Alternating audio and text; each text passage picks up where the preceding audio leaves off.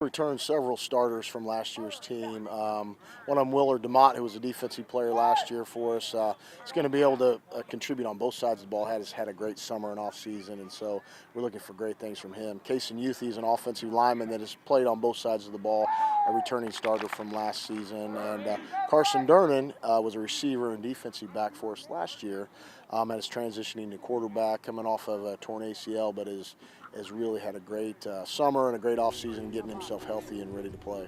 And what year is he? Senior. All those guys I talked about were seniors. Okay. Are there any newer faces that have really stuck out to you?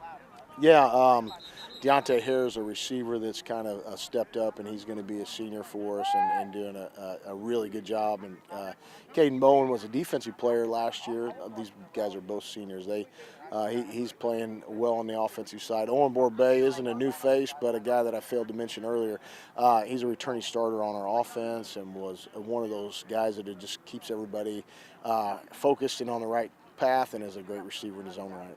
So Carson stepping up as QB his senior year, a lot of these guys stepping up in big ways, especially with a conference change now as well. You guys have to kind of adapt to all this change. We talk about just controlling the things that we can control, and so the control is preparation, getting as strong and as fast and as we can be, and then getting ourselves prepared in terms of being able to execute offensively, defensively, and the special teams.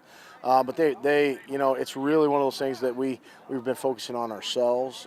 We don't know that much about our opponents. We've played a couple of them throughout the years, but so as we get in the season, we see some film on some guys. It'll be different.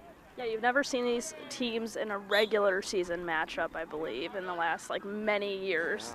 To move over to mid-Missouri rather than Southwest Missouri, are they excited for the change? Do they feel like this is the kind of competition they want? They are, and they know. To put it in context, in the Ozark Conference, there were 6 football state championships, and then in the CMAC that we're going to, there's 37 football state championships. And so we know that there's storied programs that we're going to be playing against. We played against Jeff City a few years ago. We played against Cap City.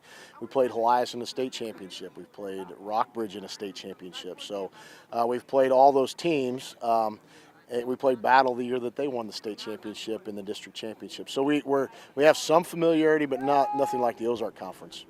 Do you feel like you liked what direction you guys were moving in that first year as head coach? We did. We had some growing pains, but our guys adapted and did well. And the changes that we made were very subtle in terms of the way we approach the game, because Laker football is way bigger than one person. And so I'm very blessed to be able to help lead our program. But our coaches are the best around and do great things for our kids. Our kids are great kids and hard workers. What kind of legacy did the seniors from last year leave behind on this program? Well, I think they were unselfish, number one. They played for each other, and that's what we preach every day. So the unselfishness and the ability to focus on that week, we preached it all year, was being 1-0 at the end of the week. And so they did a great job of setting the tone with that. Is there anything else you'd like to mention? It's exciting to open up a season. It's our second practice tonight, and so it's always hopeful and exciting to get started. But as you get going, then it really becomes the grind and the physical part of it.